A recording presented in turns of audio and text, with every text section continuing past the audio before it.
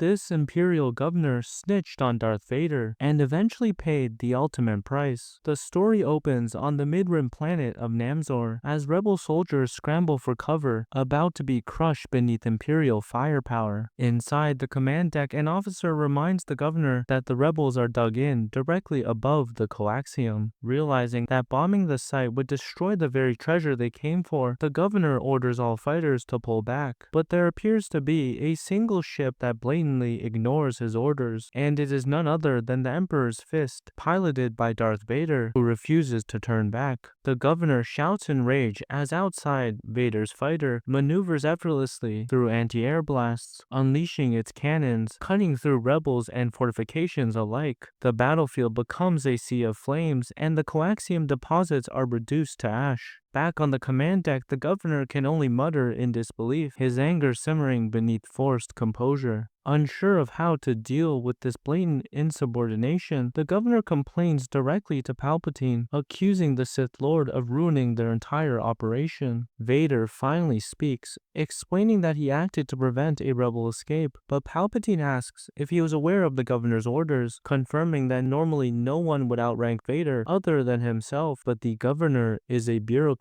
Unlike him, Palpatine asks Vader if he knows his will, and Vader lowers himself not to the governor but to his master's command. Palpatine gives the order plainly, obey the governor's orders, as if they are a direct extension of his own will, and Vader obeys, kneeling beside the governor as Palpatine's grin spreads wider and Vader seethes with rage. This humiliation is deliberate. The Emperor is aware of Vader's past, every betrayal, every wound, all reforged into pure hate. Palpatine smirks, knowing his apprentice hates kneeling to his master, let alone this low-level governor, as the governor himself smirks openly, relishing his newfound authority over the Sith Lord. We cut to another battlefield, the war-torn ruins of An Crantarium, a planet where Imperial patrols are slaughtered by wild droids, twisted into murderous scavengers. But the governor grins and tells the officers to just send Vader. Darth Vader descends into the heart of the mechanical horde, his crimson blade carving through metal and sparks as droid limbs scatter and blasters melt. It's all over before the governor can even finish his meal, as Vader strides into the room, lightsaber in hand, heading straight for the governor. But remembering his master's words, he chooses to retract his lightsaber. On another battlefield, the planet of Velzafan, where stormtroopers fight against the entrenched rebels, Vader leads the charge. Back aboard the Star Destroyer, the governor tells all troops to retreat except Vader. Abandoned and on his own against the entire rebel contingency, Vader stands amid a storm of green blaster bolts and surges forward. He arrives back on the command bridge, armor scorched and cloak in tatters, as the governor grows bolder, drunk with power, and points out their next target, an uncharted system that holds a deadly threat.